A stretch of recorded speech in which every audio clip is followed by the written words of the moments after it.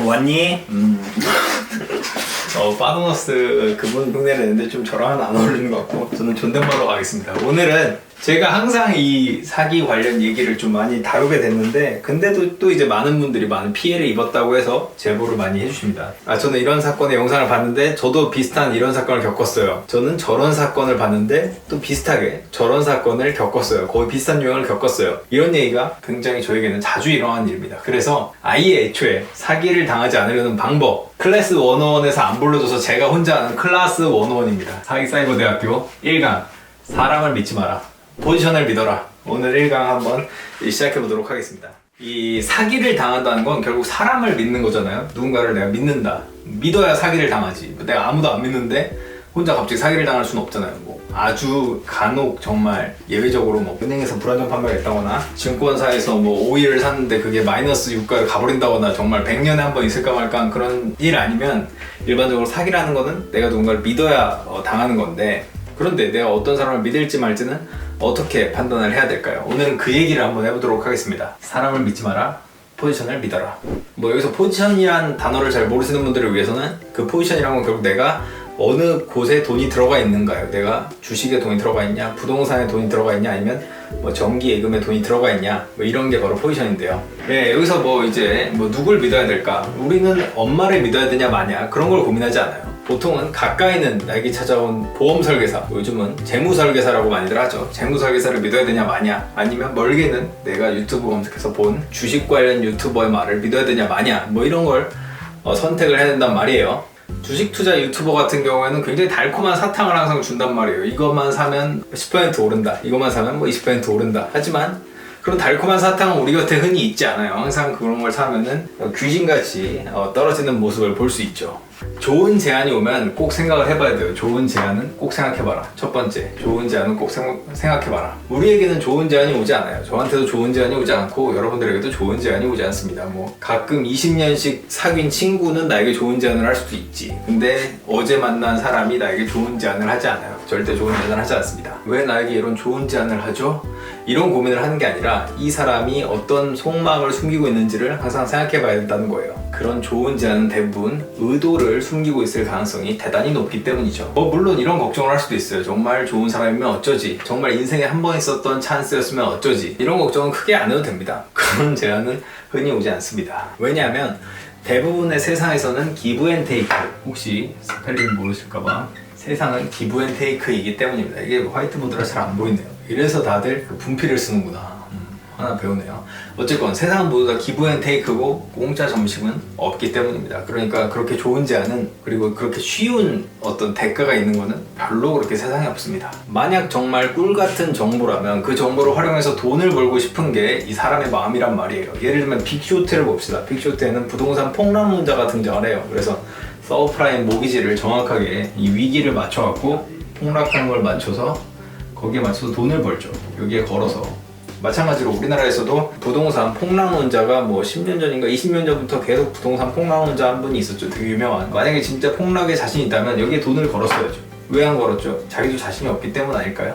이분이 10년 뒤에는 맞출 수도 있어. 20년 뒤에도 맞출 수도 있어. 하지만 그때는 이미 우리가 집을 못 사고 이렇게 올랐을 때 이만큼 떨어져서 쳐요. 그럼 우리는 이만큼의 갭을 이미 발생한 상황인 거죠. 우리는 최소한 폭락이 없더라도 이만큼의 손해를 보고 있었던 거죠. 만약에 그 폭락론자의 말을 믿고 돈이 있는데도, 물론 나는 돈이 없었으니까 부동산을 못 샀겠지만 그 말을 믿고 부동산을 진짜 안 산 사람이 있다면 이만큼의 손해를 본 거죠. 그런데 그 부동산 폭락론자는 어떤 손해를 봤죠? 뭐 큰 손해 안 봤지. 뭐 강의 많이 하고 유명해지고 결국은 자기 잘 됐잖아. 그러니까 뭐 큰 손해는 안 봤죠. 그러니까 자기가 손해보는 일은 안 하고 남에게 손해가 되는 행동을 한 거죠. 여기서 한 번 더 우리는 아무나 믿어서는 안 된다, 아무나 믿어서는 안 된다는 교훈을 얻게 됩니다. 이 스킨 인 더 게임이라는 책이 있어요. 나심 탈레브라는 유명한 사람이 쓴 책인데, 여기서 스킨 인 더 게임이라는 뜻은 뭐 도박에 건 살점이라는 걸로 번역을 할 수 있다고 해요. 베니스의 상이라는 책 있죠. 거기에 나오는 돈을 거는 만큼의 살점을 뜻한다고 해요. 그러니까 굉장히 내 행동에 대한 책임, 살점만큼 엄청나게 무거운 책임이니까 그 행동에 대한 책임을 뜻하는 말로 많이 쓰인다고 합니다. 행동에 대한 책임. 내가 뭔 행동을 하면 내가 잘못하면 내 손모가지 날아간다. 예를 들어 용례를 살펴보면 누가 주식 추천을 해요. 그러면 그때 너 스킨 인 더 게임 해. 그러면은 너도 그 위험에 대한 책임을 가져. 너도 추천에 대한 책임을 가져. 이렇게 쓸 수 있는 거죠. 우리가 흔히 보는 주식방송이죠. 주식방송. 그런 주식방송으로는 삼성전자를 예를 들면 추천하는 사람이 있다 쳐요. 그 전문가가 있다 쳐요. 그런데 그 사람은 삼성전자를 갖고 있지 않아. 그럼 만약에 삼성전자가 만약에 폭락을 한다고 해서 그 사람이 잃는 게 뭐야? 또 잃는 게 뭐겠어요? 그 영상 하나 지우면 누가 기억하겠습니까? 하지만 내 계좌는 바로 손실로 바로 박살이 나는 거죠. 내 계좌가 만약 손실이 나면 그 전문가는 어떻게 돼요? 뭐 어떻게 되긴 어떻게 됩니까? 뭐 하루 정도 창피하면 그만이죠. 하루나 창피할까요? 뭐 반나절 정도 생각을 할까? 아마 아무 생각이 없을 거예요. 1년 뒤에 폭락을 하건 말건. 이렇게 가짜 전문가들이 들어가는 게 스킨 인 더 게임을 안 해서 그렇다는 게 이 책을 관통하는 그런 메시지입니다. 스킨 인 더 게임이란 책을 관통하는 메시지인데, 그럼 누구를 믿어야 될까요? 다시 한번 강조합니다. 결국 사람을 믿지 마라. 포지션을 믿어라. 말은 뭐 저렇게 해요. 말은 여기 주식 투자라고 해요. 그러면서 자기는 정기예금에 넣어놓고 있어. 그럼 그 사람을 믿을 수 있을까요?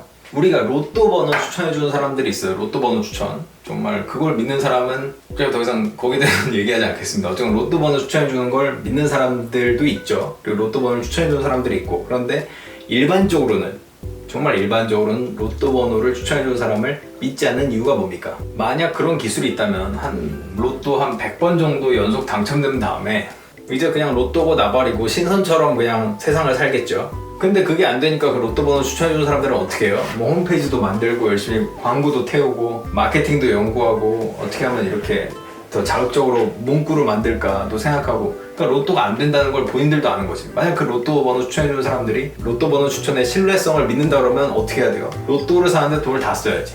100번을 사더라도 로또 번호 하나만 맞으면은 본전 훨씬 그 이상을 뽑으니까. 뭐 1000번을 사도 10,000번을 사도 로또 번호 하나만 맞으면 되니까. 그러니까 다시 한번 말하자면 그 사람이 뭐라고 떠드는지를 볼 게 아니라 그 사람이 어디다가 돈을 쓰는지를 봐야 합니다. 로또 번호 추천해주는 사람이 자기 돈 전부를 로또에 넣지 않는다면 그건 이상한 거고, 보험을 추천해주는 사람이 자기가 그렇게 좋은 보험을 들지 않고 있다면 또 이상한 거고, 물론 그 개인의 환경이 다 다르겠죠. 약간 다르겠지만 그래도 보험을 제대로 가입하지 않고 보험 설계를 추천하는 것도 또 이상한 거죠. 이렇게 우리가 포지션을 믿어야 되는 건 그게 최소한이기 때문이에요. 자기 포지션을 공개해놓고 뭔가를 추천해준 사람은 그나마 이 최소한을 충족을 했다고 생각합니다. 자기도 못 믿는 사람을 우리가 어떻게 믿을 수 있을까요? 이런 건 제가 대부분의 투자 유튜버를 거르는 이유기도 합니다. 제가 뭐 그런 거에 많이 그렇게 되게 무용하다라는 것도 제가 스스로 깨달은 것도 있고, 그렇게 투자 유튜버 말처럼 세상이 그렇게 쉽지는 않더라고요. 예를 들면 내일 사면 바로 배당받는 주식, 내일 사면 이거 다음에 바로 오르는 주식, 이런 걸 추천을 해요. 뭐 미국 주식 같은 거 추천도 요즘 많이 하죠. 근데 그런 걸 전 세계 사람들이 다 아는데 왜 안 할까요? 굉장히 유명한 종목인데 대부분 이미 그 가격이 반영이 되어 있기 때문이죠. 요즘 우리나라 증권사, 뭐 투자 자문사 뭐 이런 걸 운영하는 사람들도 유튜브에 많이 나옵니다. 굉장히 좋은 이야기하고 아름다운 이야기하고 우리가 귀담아 들어야 될 소리도 많이 하는데, 다만 저는 정말 궁금한 게 그 사람들은 자기 운용사, 자문사에서 추천하는 종목을 얼마나 사고 있을까? 저는 이게 제일 궁금해요. 여러분들은 궁금하지 않아요? 근데 까보면 자기 증권사 혹은 자기 자문사의 펀드가 그렇게 좋지 않은 경우도 꽤 있어요. 그런 사람들은 제가 생각했을 때는 유튜브에 나오기보다는 자기 투자 자문사, 증권사나 제대로 운영하시는 게 이 사회를 위해서 더 나은 일 아닐까라는 생각을 저는 하고 있습니다. 무례한 얘기일 수도 있겠죠. 그렇지만 우리가 투자라고 하는 돈을 불려야 된다라는 생각을 많이 하죠. 투자를 불려야 된다. 투자로 돈을 불려야 한다. 뭐 이런 생각을 많이 하죠. 근데 생각해보면 돈을 불리는 것보다 잃는 경우가 꽤 더 많다고 합니다. 돈을 불리는 것보다 잃었을 때 그 리스크가 훨씬 큰 거죠. 불리는 것보다 더 먼저 선결적으로 생각해야 하는 건 잃지 않아야 한다는 거죠. 우리 돈을 약탈하려고 하는 수많은 약탈자들의 손에서 우리는 어떻게 살아남을지를 먼저 생각하는 게 좋지. 보통 우리들은 다 초식동물 아니겠습니까? 육식동물이었으면 우리도 추천하고 다니겠죠. 근데 그런 초식동물은 당장 내가 풀을 더 먹어야 된다 보다는 내가 저 사자떼를 맞닥뜨려서 목숨을 잃지 말아야 된다가 더 중요한 선결적인 문제가 되어야 된다는 거죠. 그런 의미에서 저는 강남 부동산 값이 내려간다는 생각을 크게 하지 않습니다. 왜냐하면 강남 부동산 값을 결정하는 사람들이 강남 부동산을 절대 팔지 않기 때문이에요. 만약에 그들이 강남 부동산이 내려간다고 생각을 하고 있다면, 정말 그런 믿음이 있다면 강남 부동산 팔고 기다린 다음에 내려갔을 때 다시 매수를 하겠죠. 근데 지금 팔지 않고 있잖아요. 앞으로도 그렇게 내려갈 거라는 기대를 하기 어려운 이유입니다. 이런 식으로 모든 세상을 스킨 인 더 게임으로 보면은 최소한의 걸음막, 필터 역할 정도는 할 수 있다. 뭐 이런 얘기를 오늘 드리고 싶습니다. 그러니까 네 포지션이 뭐냐, 사람 네 말이 아니라 너의 포지션이 뭐냐부터 밝혀야 한다는 거죠. 오늘 결론은 결국 사람을 믿지 마라. 네, 사람을 믿지 마세요. 저도 믿지 마세요. 그리고 가짜 전문가는 더더욱 믿지 마라. 자기가 사지도 않은 주식을 추천한 사람은 더더욱 믿지 마라. 오늘 여기까지 할까요? 1강 와주셔서 오리엔테이션이죠. 오리엔테이션에 와주셔서 감사합니다. 끝! 구독, 좋아요, 알림 설정까지 부탁드립니다. 20만 가자!